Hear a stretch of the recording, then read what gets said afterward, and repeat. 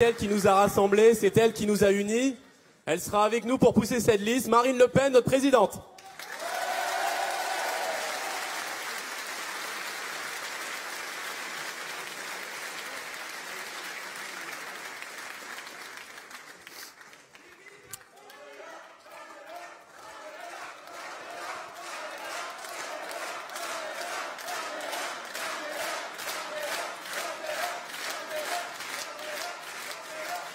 Merci mes amis.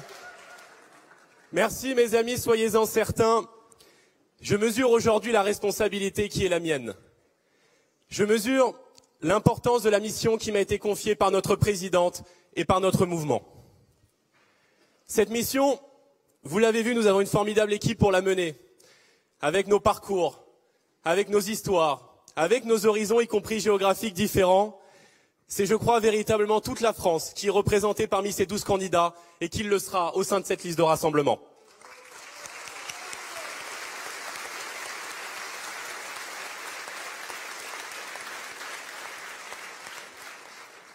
Je vous le dis, mes amis, je vous le dis à vous aussi, c'est pour moi un véritable honneur que de prendre ma place dans cette équipe où se mêlent l'expertise et l'expérience, l'enthousiasme et l'espérance.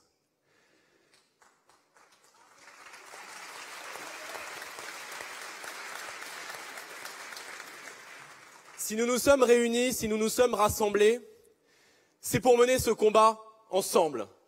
C'est parce que nous partageons à la fois de solides convictions. Disons-le simplement, nous sommes tous ici attachés à la fois à l'identité et à la liberté de la France, mais nous partageons aussi et surtout un immense sentiment d'urgence. Depuis plusieurs semaines, les Français lancent des signaux de détresse en revêtant un gilet jaune, en le mettant sur le tableau de bord de la voiture ou simplement en klaxonnant au détour d'un rond-point, ces ronds-points qui sont un peu devenus les nouvelles agoras.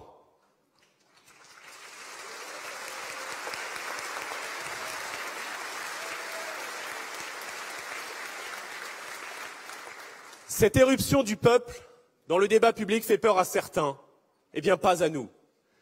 Ils étaient si bien, si contents entre eux.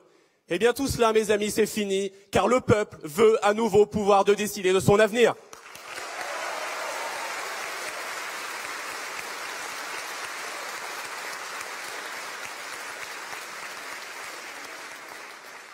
Et comment ne pas le comprendre au vu de la situation de notre pays? Je peux vous assurer que lorsque vous avez grandi en Seine-Saint-Denis dans le 93, vous êtes exactement au bon endroit pour voir, pour observer, pour sentir, pour vivre, pour subir toutes les dérives du pays.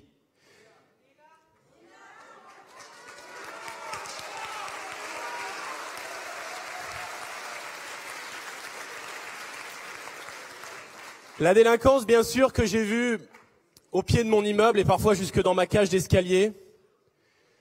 Les cris des guetteurs qui rythment la journée comme les cloches des églises rythmaient les journées auparavant. Les ravages de l'immigration de masse et les connexions troubles d'élus locaux qui font parfois semblant de confondre le culturel et le cultuel, encourageant ainsi un communautarisme qui est parfois devenu dans un certain nombre de territoires un réel séparatisme. L'inefficacité totale des millions d'euros d'argent public qui sont déversés en pure perte dans des opérations de rénovation urbaine qui sont aussitôt dégradées, ou encore des subventions clientélistes qui n'ont qu'un seul but, tenter d'acheter la paix sociale, si ce n'est d'acheter des voix aux élections.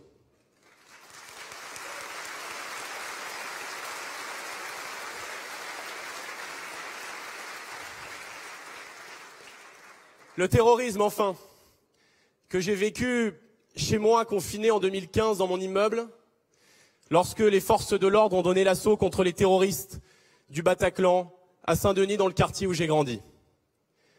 Lorsque j'ai dit, il y a quelques jours à la télévision, que j'appartenais à une génération qui pouvait mourir pour une cigarette refusée ou un mauvais regard, les belles âmes s'en sont offusquées. Cacher cette vérité que je ne saurais voir. Pour eux, il ne faut jamais dire la vérité, jamais. Alors, je le redis à toutes ces belles âmes, parce que c'est le monde qu'ils ont construit, Oui, j'appartiens à une génération qui peut mourir pour une cigarette refusée ou un mauvais regard. Oui.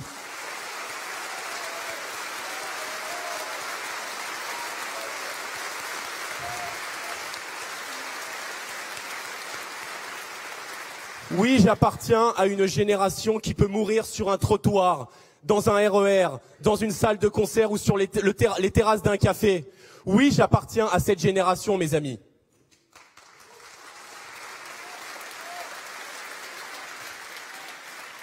Une génération à qui on voudrait faire accepter l'inacceptable. Comme lorsque Manuel Valls, qui à l'époque ne s'exprimait pas encore en catalan,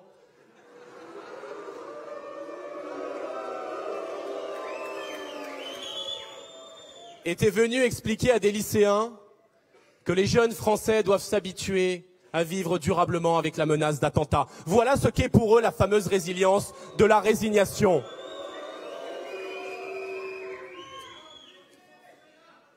Eh bien non, mes amis. Non, nous ne sommes pas résignés. Non, nous ne voulons pas nous habituer à l'inacceptable. Parce que nous pensons que le seul horizon de la jeunesse française ne peut pas être cette société de la violence, du chômage de masse, de la misère des petits salaires ou de l'exil une fois le diplôme obtenu. Vous savez ce qu'ils appellent la fameuse mobilité.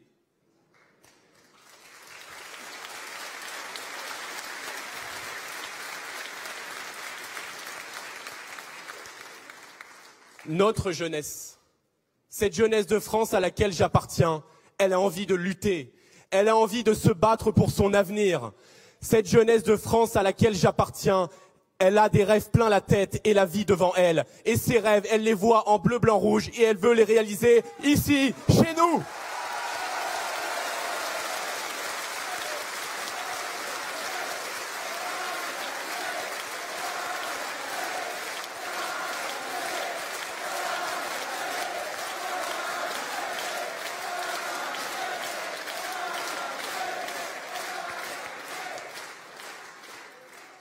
J'aime beaucoup cette phrase d'Albert Camus qu'il a déclarée à la réception du prix Nobel de littérature en 1957. Il disait « Chaque génération, sans doute, se croit vouée à refaire le monde. La mienne, c'est pourtant qu'elle ne le refera pas, mais sa tâche est peut-être plus grande. Elle consiste à empêcher que le monde se défasse. »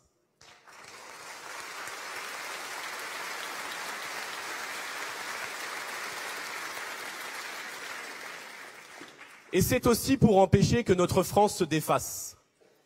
Parce que j'ai très tôt ressenti le besoin d'agir, de faire quelque chose, que je me suis engagé à 16 ans aux côtés de Marine.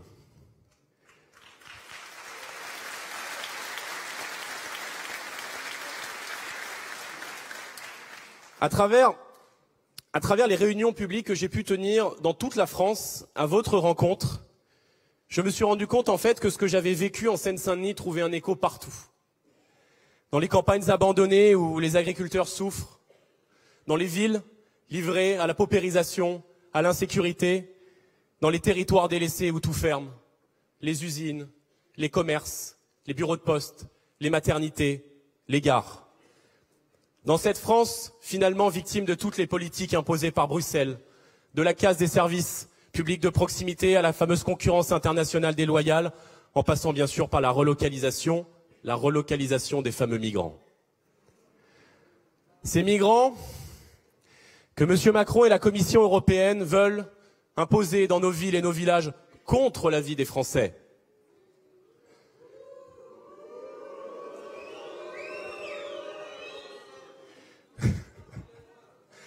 Bien nous, mes amis, contrairement à la Commission européenne, nous pensons que c'est chez eux, dans leur pays d'origine, que ces migrants doivent être relocalisés, mais pas chez nous.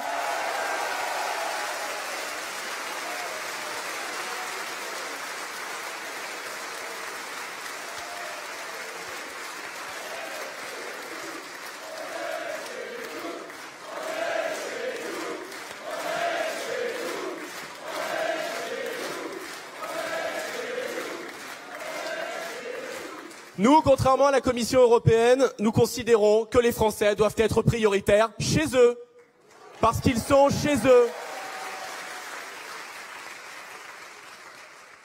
Au pouvoir.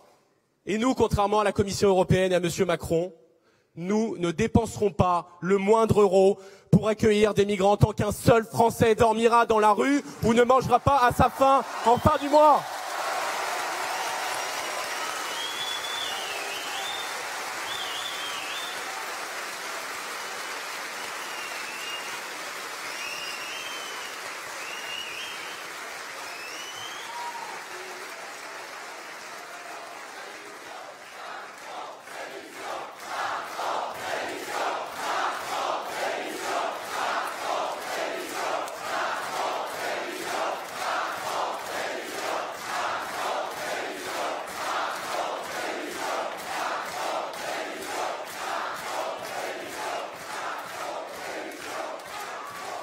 Si seulement. Ce que je vous décris, mes amis, ce que nous vivons, je me refuse à ce que nous l'acceptions comme une fatalité. C'est la conséquence directe de choix politiques. Et d'autres choix sont possibles avec d'autres conséquences. Des exemples. Tout près d'ici, en Italie, où gouverne Matteo Salvini et nos alliés de la Lega.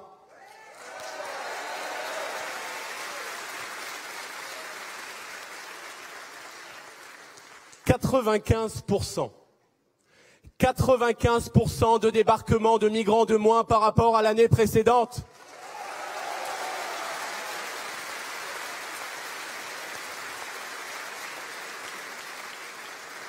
En Autriche, où gouvernent nos alliés du FPO, 60 imams radicaux ont été expulsés cet été.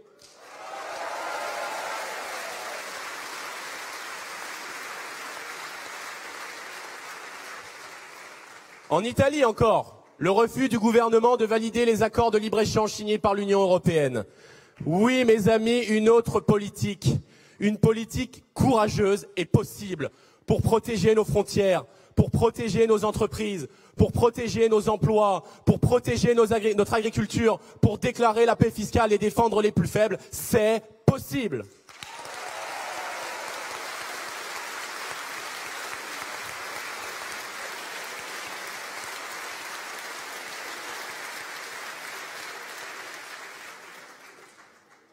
C'est parce que je sais, parce que je vois que c'est possible, que je crois qu'il ne faut pas se dire que c'était mieux avant.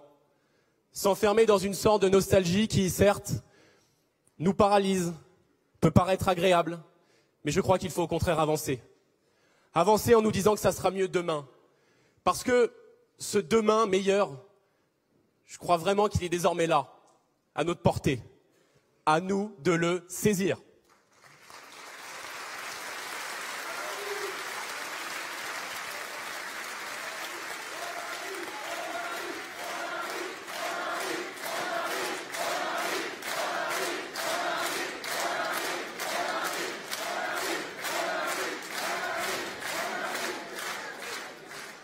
L'Europe des nations, mes amis, ce n'est plus un slogan ou un vœu. C'est impossible. C'est un avenir.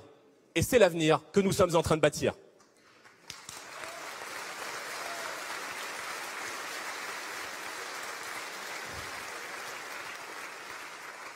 Depuis un an, j'ai rencontré nos alliés ou futurs alliés de toute l'Europe.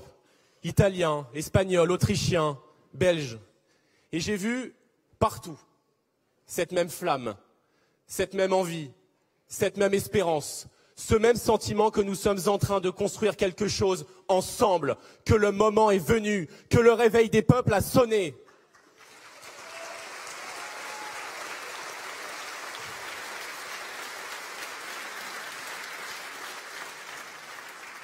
Je disais tout à l'heure qu'en Italie ou en Autriche, ce sont nos alliés qui gouvernent, nos amis.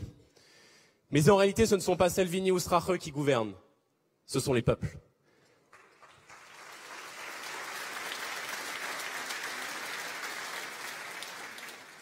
Salvini en Italie ou le FPO en Autriche n'ont fait que rendre leur voix et leur pouvoir au peuple.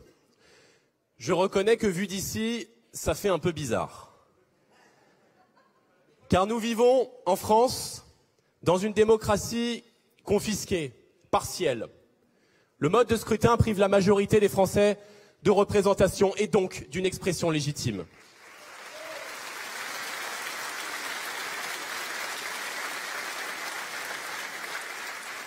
Une injustice évidente qui n'est même pas compensée par la démocratie directe. La dernière fois que les Français ont été consultés par référendum, rendez-vous compte, c'était il y a 13 ans. J'avais 10 ans à l'époque. Pourtant, la question démocratique est juste centrale. Qui décide? Le peuple ou Macron et sa petite bande? Qui fait la loi? Le peuple ou la Commission européenne? Le pouvoir au peuple, mes amis, dans une démocratie, ça devrait sonner comme une évidence. Pourtant, tous les Français ressentent bien que depuis des années, ils ne sont plus totalement maîtres de leur destin. Ils ont le sentiment légitime que, trop souvent, les choix politiques se font sans eux, et parfois même contre eux.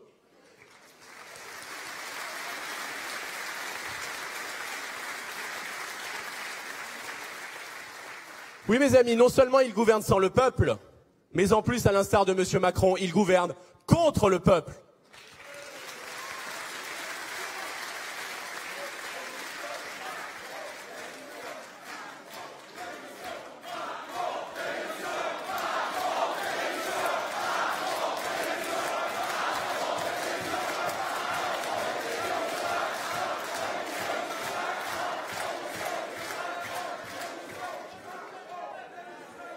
On n'est pas mieux lotis au niveau européen où ce sont des technocrates non élus qui vous imposent leurs décisions en matière économique, en matière sociale, migratoire, sécuritaire, alimentaire, environnementale. C'est la Commission européenne qui fait sa loi, eux ils décident et vous subissez.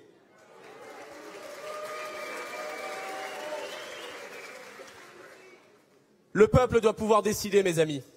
Vous devez pouvoir décider.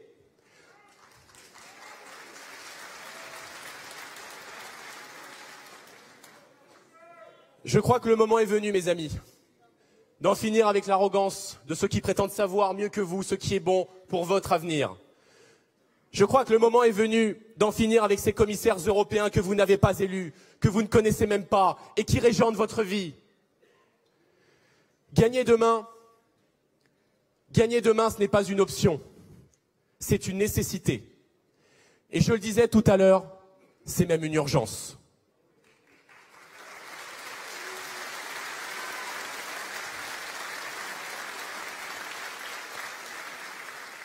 Alors je vous le dis, mes amis, nous allons l'emporter.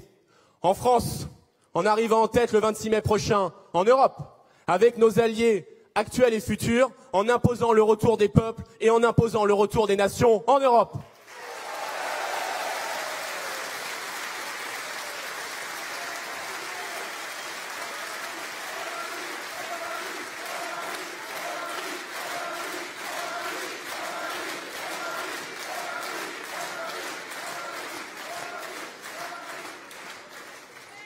Oui, mes amis, nous pouvons l'emporter, mais je n'ai pas dit que ce sera facile. Je vous dis en revanche, parce que je le ressens au fond de mon cœur et au fond de mes tripes, je vous dis que c'est possible.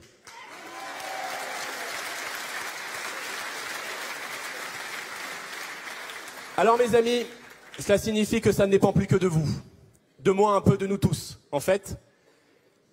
Et on va le faire ensemble. Et je veux qu'on soit ensemble la voix du réveil des peuples dans cette élection. Je veux qu'on soit ensemble le phare vers lequel les Français se tournent pour puiser la force de croire en l'avenir.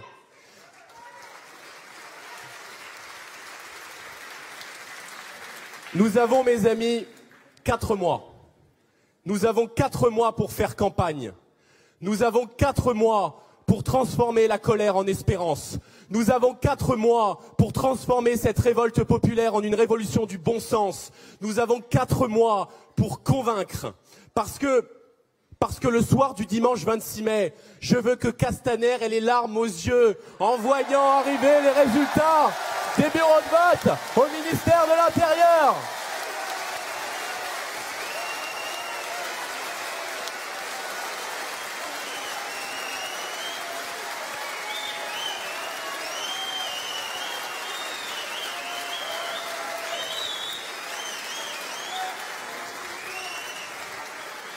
Parce que le soir du dimanche 26 mai, Je veux que Griveaux cherche ses mots sur les plateaux de télé pour minimiser la raclée.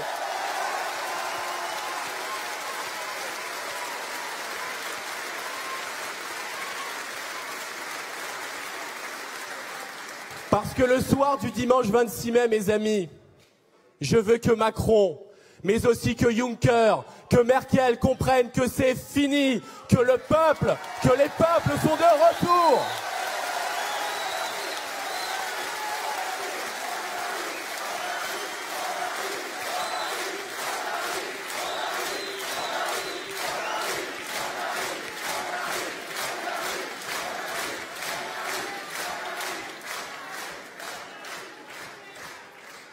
Parce que le soir du dimanche 26 mai, mes amis, je veux qu'on puisse se dire, nous avons fait ce que nous devions faire.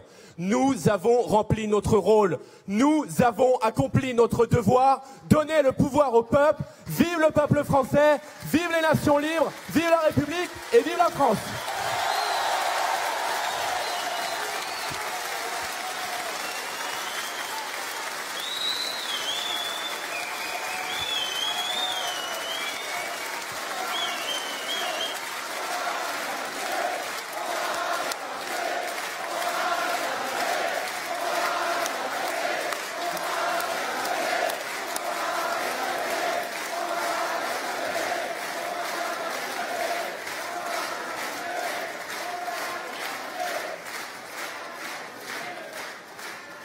Mes amis, derrière Jordan, nous avons une révolution électorale à mener, nous avons un continent à faire renaître, nous avons sa grandeur et sa liberté à rendre à notre pays. Vive le peuple français, vive la République et vive la France!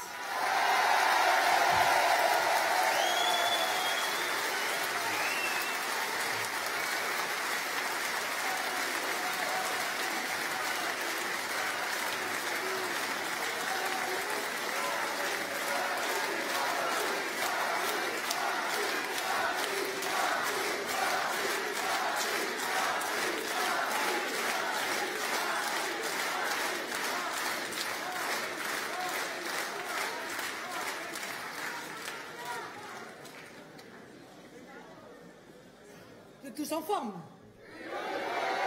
J'ai l'impression. Allons enfants de la